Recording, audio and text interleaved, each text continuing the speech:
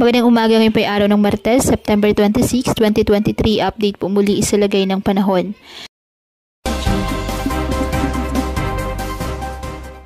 Southwest monsoon o habagat nakakaapekto ngayon sa western section ng Southern Luzon at Visayas. Samantala, ang low pressure area na nasa labas ng ating PAR ay tuluyan na pong lumakas at isa ng ganap na bagyo, ngunit wala itong direktang epekto na sa lagay ng ating panahon. Samantala, isang low pressure area pa rin ang minomonitor sa labas ng ating Philippine Area of Responsibility sa may silangan ng Northern Luzon. Ang nasabing low pressure area, mababa naman sa ngayon ang tsansa na maging bagyo. Sa ngayon, habagat at mga localized thunderstorms ang nagpapaulan sa iba't ibang bahagi ng ating bansa.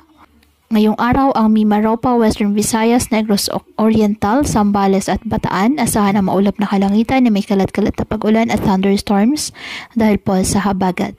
At ang nalalabing bahagi ng bansa kasama ang Metro Manila, bahagyang maulap hanggang sa maulap na kalangitan with isolated rain showers or thunderstorms dahil po sa localized thunderstorms.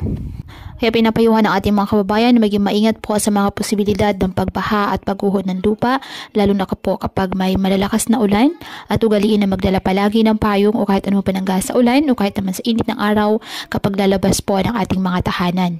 At yan po muna ang update sa lagay ng panahon ngayong araw. Muli patuloy po tayo na mag-ingat at palaging tandaan, God loves you. Stay safe and God bless.